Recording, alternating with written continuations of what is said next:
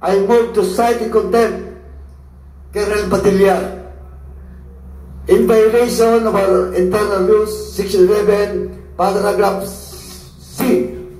Mr. Chairman, refusal or evasive to answer questions without legal excuse. So move, Mr. Chairman. There is a motion to cite in contempt Superintendent Padilla for violating Section 11, Paragraph C of our rules of procedure governing inquiries in aid of legislation. Duly seconded. Hearing no objection, the motion is approved. You are now cited in contempt. Mr. Chair, Congressman Ako. may I respectfully move that Superintendent Padilla be detained for 30 days. So move, Mr. Chair. There is a motion to detain Superintendent Padilla for 30 days. Duly seconded. Hearing no objection, the motion is approved. Mr. Chair, Congressman Ako. may I also move that he be detained at the Bicutan City Jail simply because our detention center is presently full. So move, Second, Mr. Chairman. There is a motion to detain Superintendent Padilla at Bicutan. Thank you, Mr. Chair. Commissioner Leonardo, you're a member of Class 96 PNPA. Yes, Mr. Chair. And you availed of early retirement. Yes, Mr. Chair. When was that? I retired from the service 2022 February 14.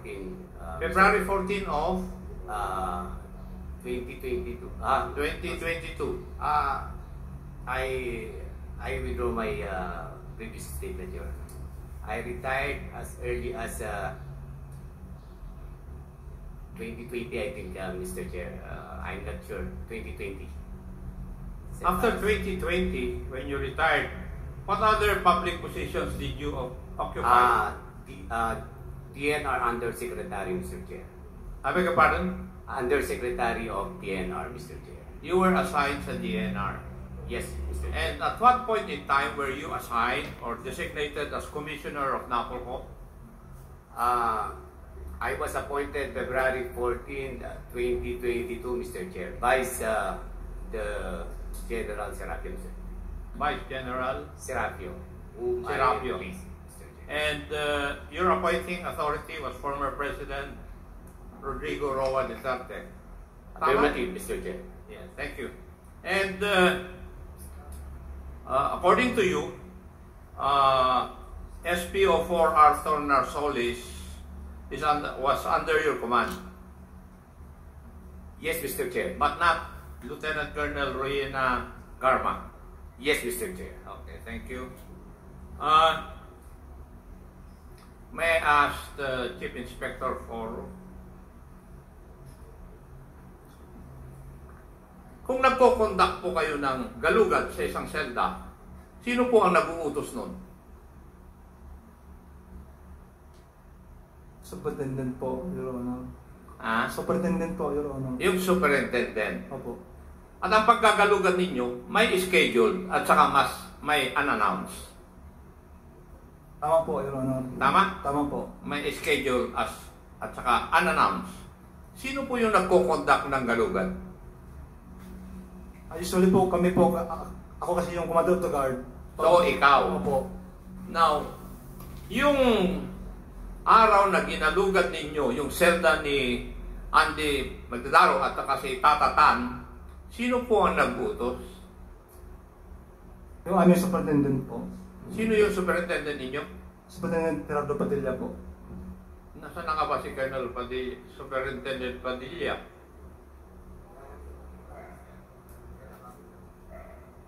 Para marinig niya.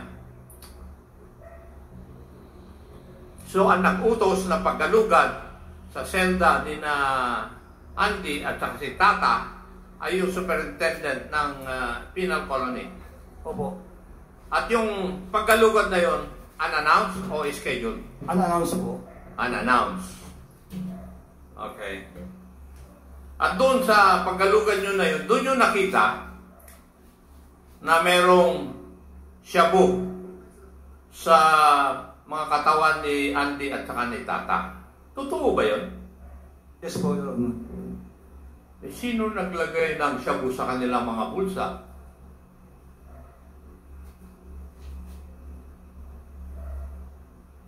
Hindi ko po alam, Your Honor.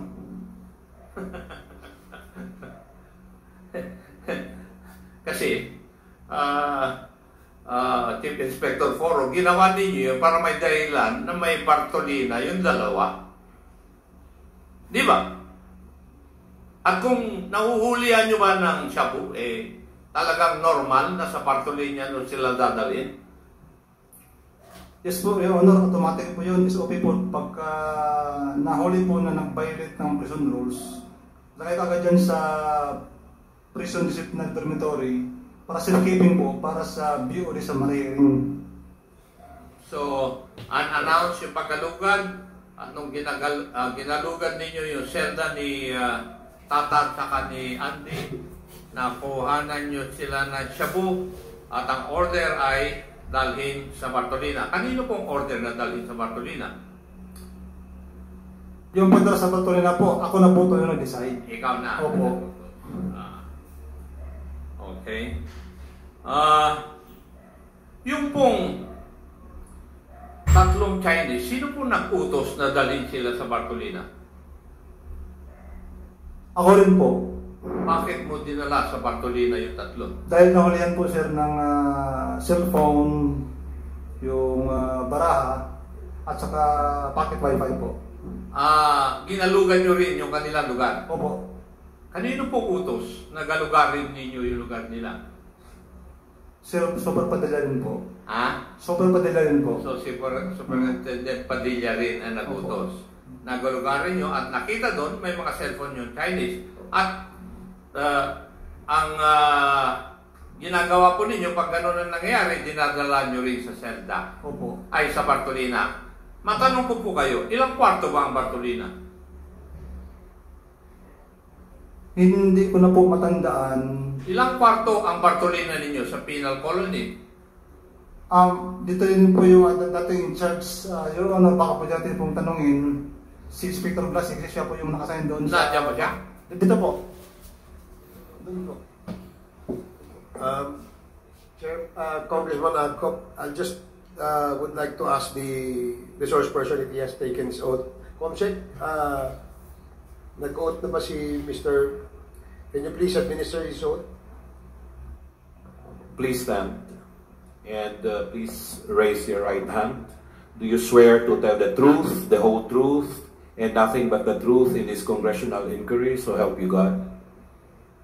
Yes. Thank you, Comsec. Please proceed, Congressman Ako. Kindly state your name.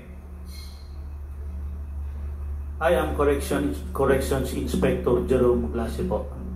Yeah, iyo. Ilang kwarto yung Bartolina ninyo sa Davao Penal Colony? 6 po. 6. Nung araw na yun, puno ba yung Bartolina ninyo? Lahat po may laman, tapos yung cell number 6 lang po ang 2 lang ang nakalagay. Yung 6, yung 5, puno. When you say puno, ilang tao yun? Hindi po magkakapare-pareho ang laki po ng selda. May malaki, may maliit. So, ilan po yung malaki, saka ilan yung maliit? Yung malaki, ang capacity nyon, 8 po. Yung malaki. Yes po. 3 yung malaki. Ilan ang malaki? 3 po. 3. Puno yun. Yes po. Puno ng 8 yung 3. So, 24. Parang mahigit pa po yung panahon na yun. Nagsiksika na sila doon.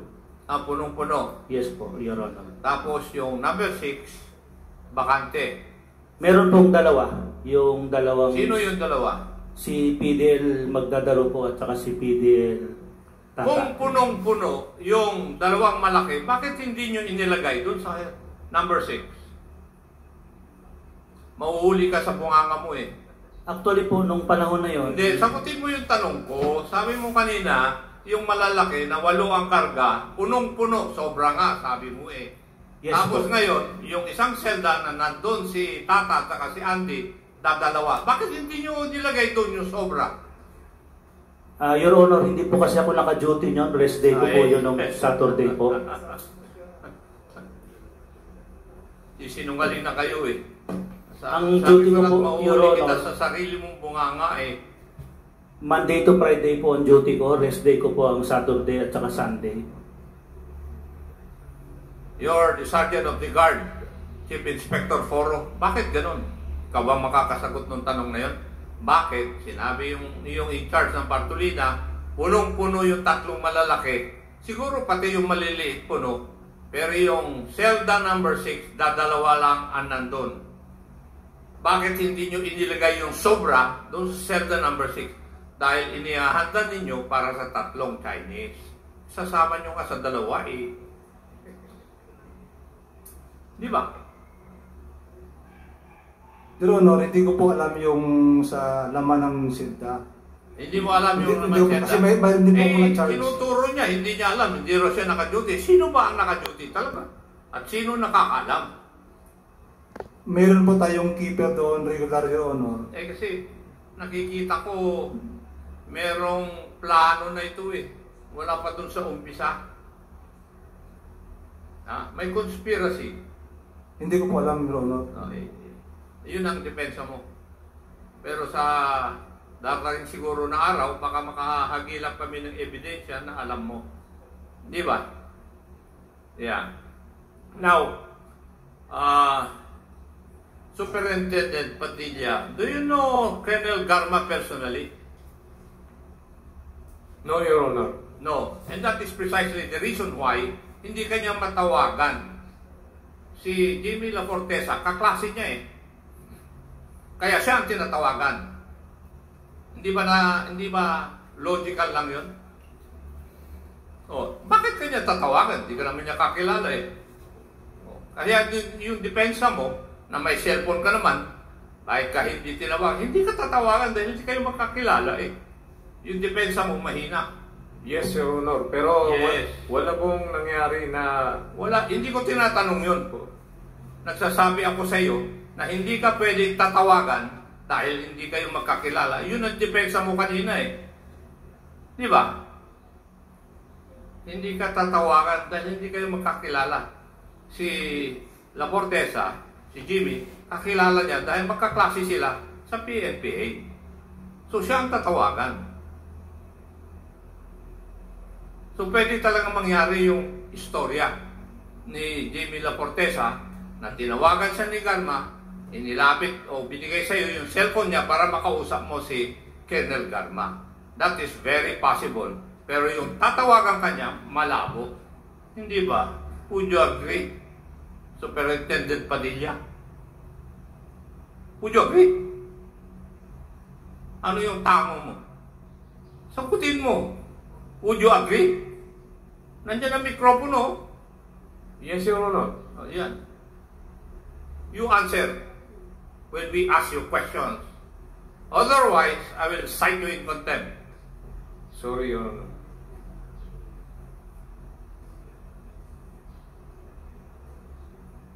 Yung Mr. Jimmy La Fortesa, doon sa pagtawag-tawag sa iyo ni Colonel Garma, para bang pinahihiwatig sa iyo na meron silang gagawin sa loob ng Davao Penal Colony. Would you agree? Yes, Your Honor. Yes. At ilang beses kang tinawagan, pati yung pagbibigay ng pagkain at sigarilyo kay Tata at kay Andy. Yes, Your Honor. Pero yung eksaktong gagawin, hindi mo alam. No, Your Honor. No. Okay.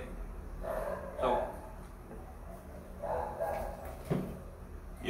nung nangyari yung event, sino ang unang nakaresponde doon sa Bartolina?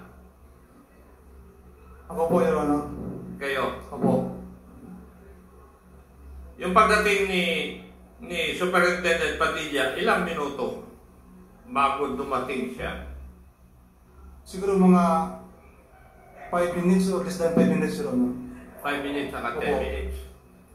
At ano po ang directive ni Superintendent Padilla pagdating niya?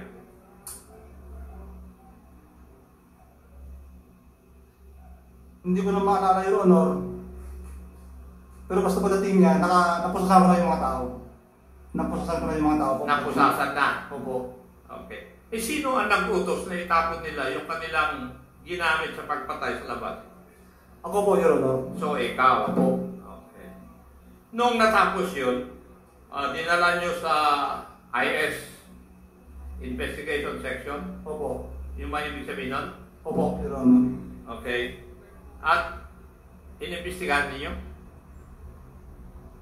Tinanong namin po, Your Honor, kung anong dahilan, bakit nila sinaksak, pinatay yung mga Chinese. Hindi. Inimbestigahan nyo at pinailan ng kaso? Yes, Your Honor, meron kaming investigation section na siya po nag-iimbestiga. Sila nag-imbestiga, pinailan ba sila ng kaso? Doon sa pagpatay? Hindi ba? Gumawa sila ng krimen eh. Yung aming mga PDF po? Yeah, Opo, pinailan sila ng kaso po.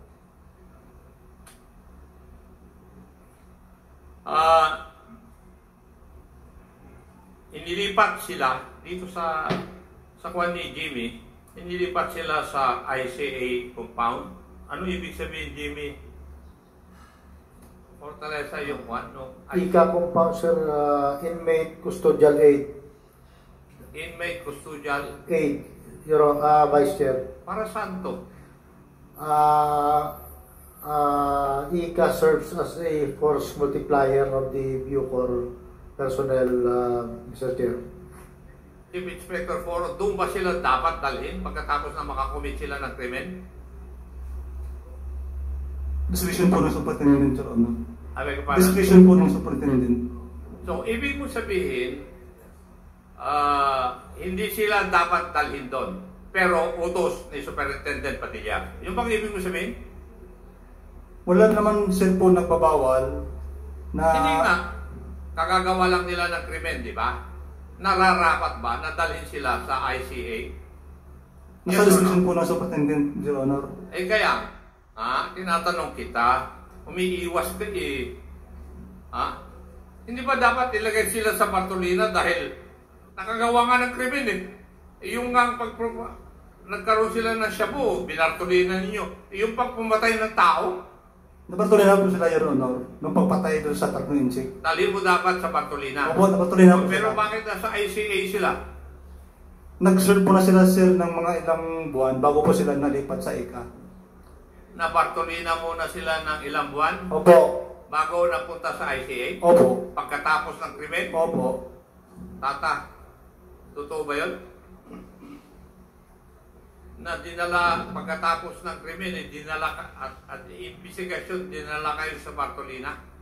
Opo, bibilang lang po yung araw na nandoon kami sa loob, in-outsell kami, labas ng Bartolina.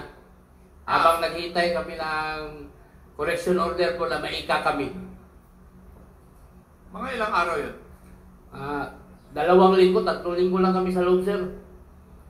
Labas namin kaagad, sa outsell lang tawag doon, outsell. Pero yung pag-Bartolina at paglabas sa Bartolina, yung superintendent ng penal colony ang nag-uutos? Yes po. Okay. Thank you, Mr. Chair. Yun lang po ang aking mga katanungan. Thank you, Congressman Ako. Yes, Congressman Paduano. Thank you, Chairman. Just to follow up, no? Actually, kanina na-establish na yon na yung dalawang PDL na pumatay ng 3 inchik after IS, dinala sa Bartolina, pero just for a few weeks, tapos nilabas doon sa ICA. Kaya ang question ko na, bakit yung PDL na pumatay sa 3 Chinese, nilagay doon sa ICA, in which sabi ni Fortaleza, yun ay para sa mga force multiplier. In short, min-maximize pa sila, parang binigyan sila ng favor dahil sa pagpatay nila sa dalawa. Now, yan ang unang tanong. And that, sabi mo kanina, Puro, that is the discretion of the superintendent at the time, in which si Superintendent Padilla. Tama? Yun ang sagot mo kanina, di ba? Sinagot mo rin kay ano. Now, Superintendent Padilla, Colonel Padilla, what can you say about it? Why did you allow the 2 PDLs to be put in the ICA? Ginawa niyo pang force multiplier. Oh, yan sir. After nung Bartolina, after na nung investigation po yun, matagal, mga more than a month siguro. No, sabi mo ba more than a month, sabi mo to 3 months.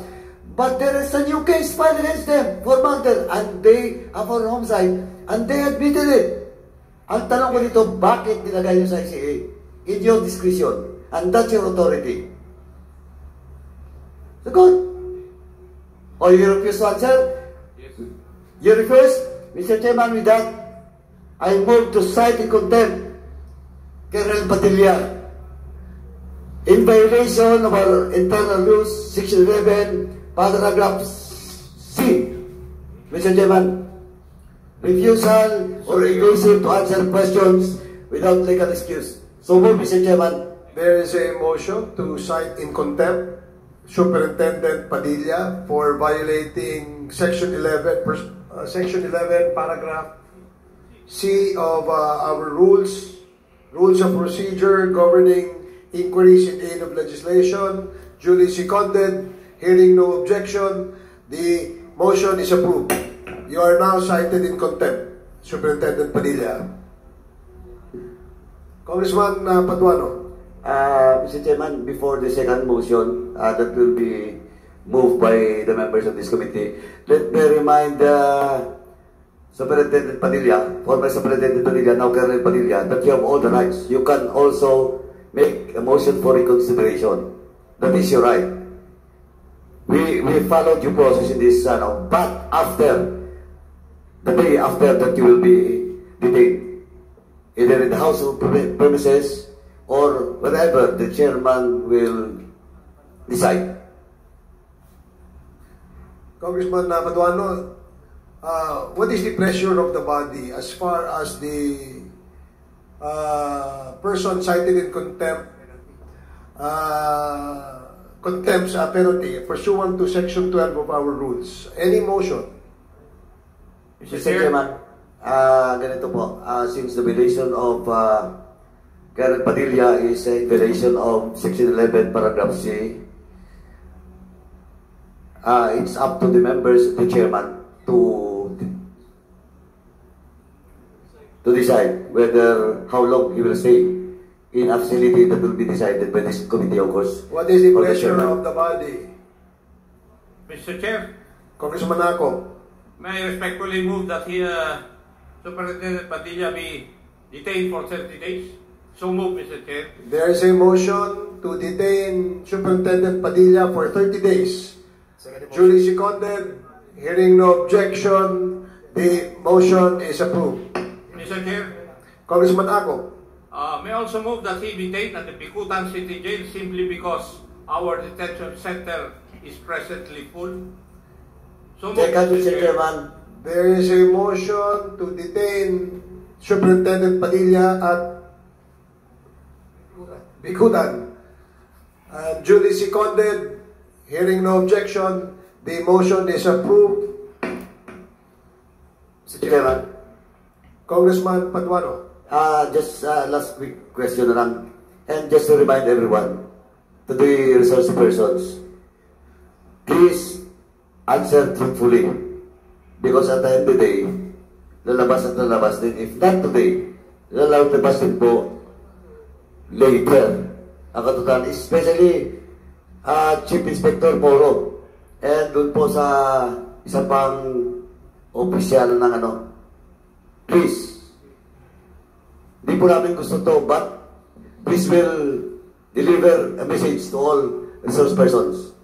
Now, Mr. Chairman, lastly, Mr. Chairman, with regards to the 2 PDLs, in your sinupang salaysay, sa sinupang salaysay mo, Tata and Magdadaro, di ba sabi nyo, pinasok lang sa bulsa nyo, yung kamay din, binukot na yung droga?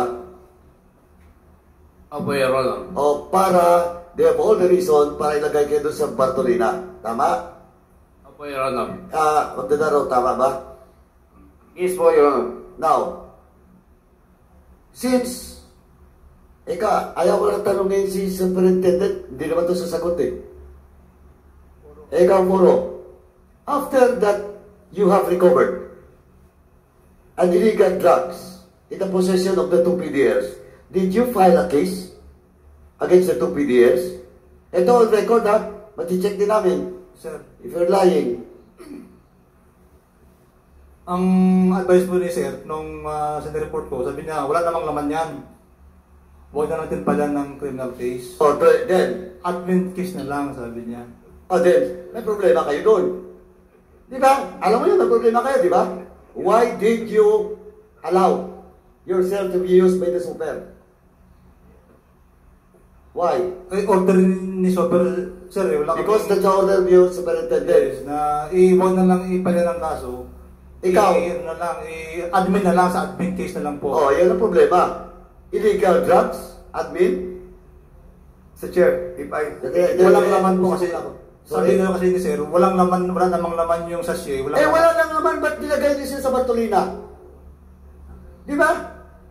Bakit? It now prove with the statement of Moro, you cannot withdraw it because if you withdraw it, I will again also cite you in contempt. Dahil wala. Sandali, patapusin muna ako. Dahil walang naman, sabi ni Superintendent, why did you put the two PDLs to Bartolina? Wala palang naman eh. There's no basis to put them in the Bartolina.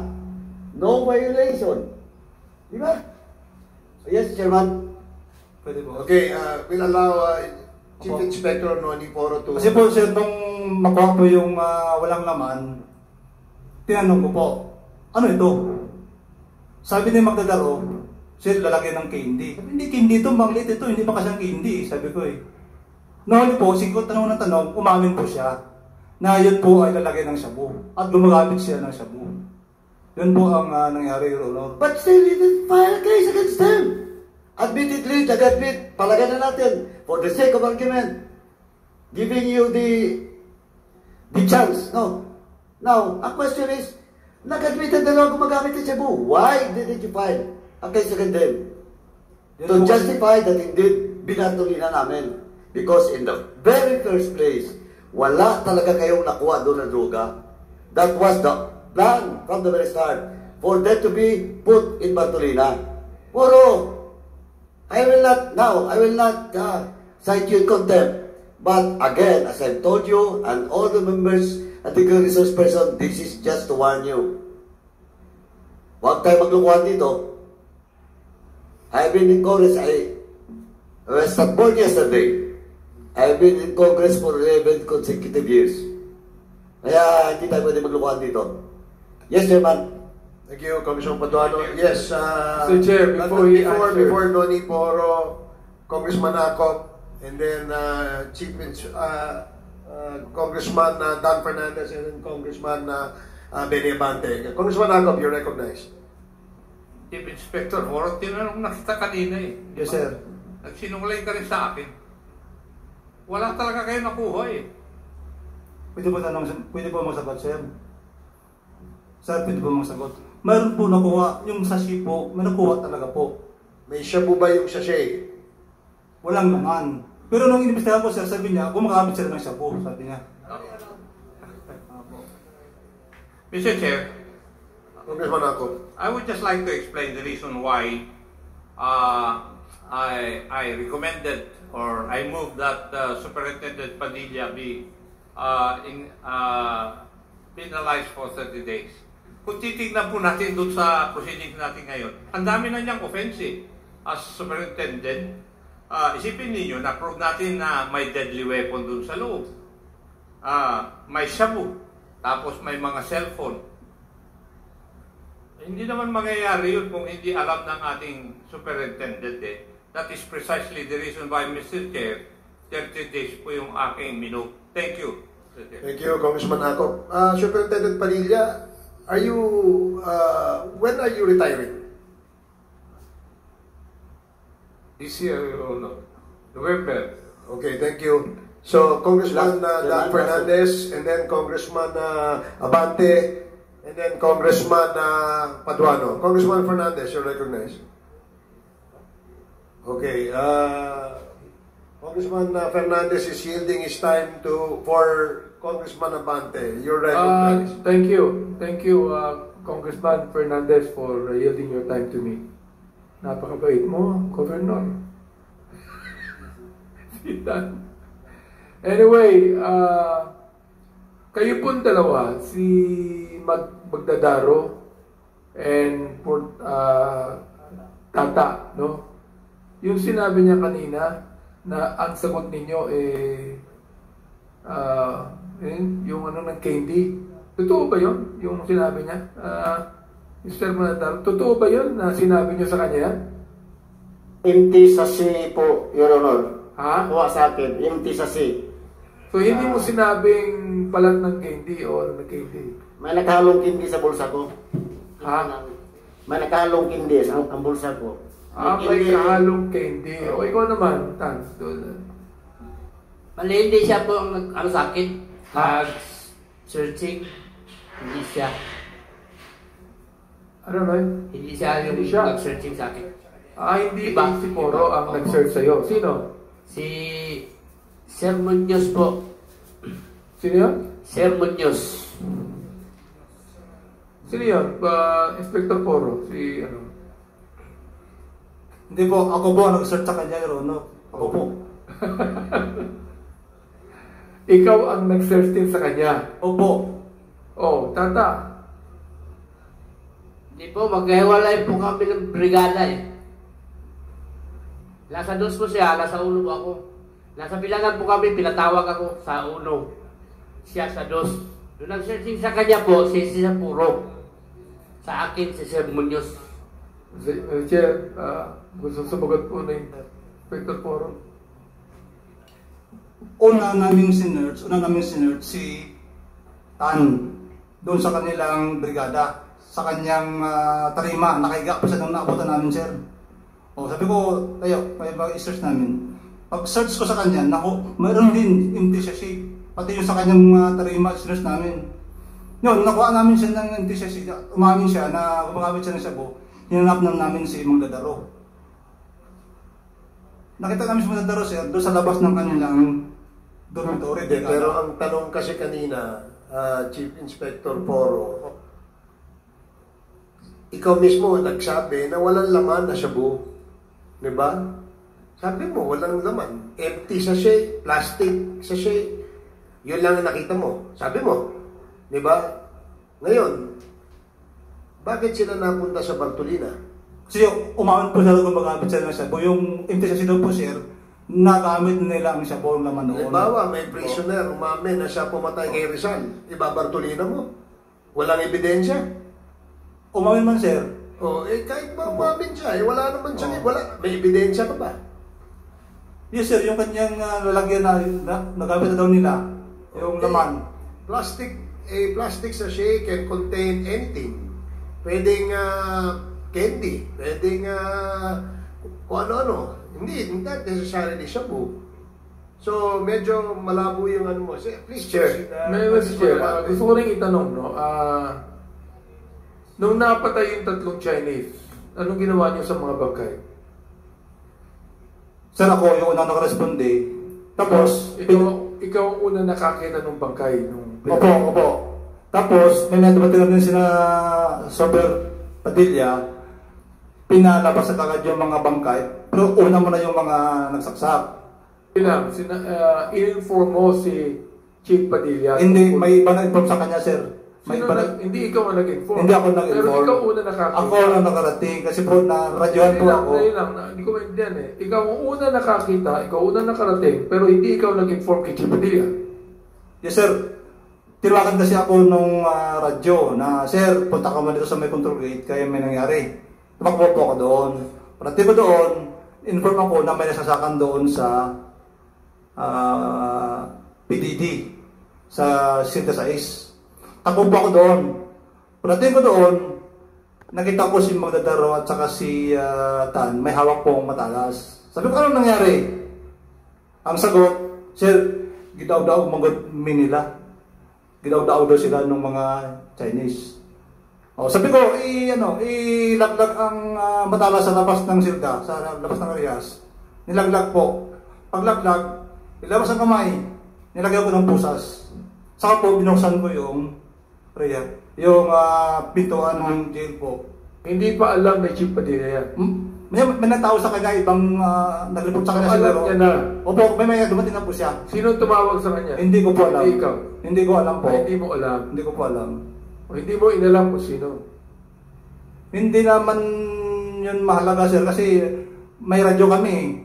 Maaring may tumawag sa kanya sa radyo din o na-monitor niya sa radyo na may nangyari sa... Nung nalaman ni Chief Padilla, siya ba'y nagpunta agad doon? Opo. Kita? Opo. Okay. Anong ginawa niyo sa bangkay? Nilabas namin yung bangkay dahil sa ospital. Baka buhay pa o ano pa. Pero nagkataon noon, sir, sa totoo lang, wala kaming doktor doon, only pang doktor namin. Only po ang doktor. Or autopsy? Ano ba yan? Ang purpose, baka buhay pa o masalba pa. Oo. Opo. Okay. Mr. Chair, yun naman yung nagsabi naman na, hindi ba, anong nangyari sa'yo? Hanggang Biyernes ka lang? Yes po, Your Honor. Monday to Friday po ako.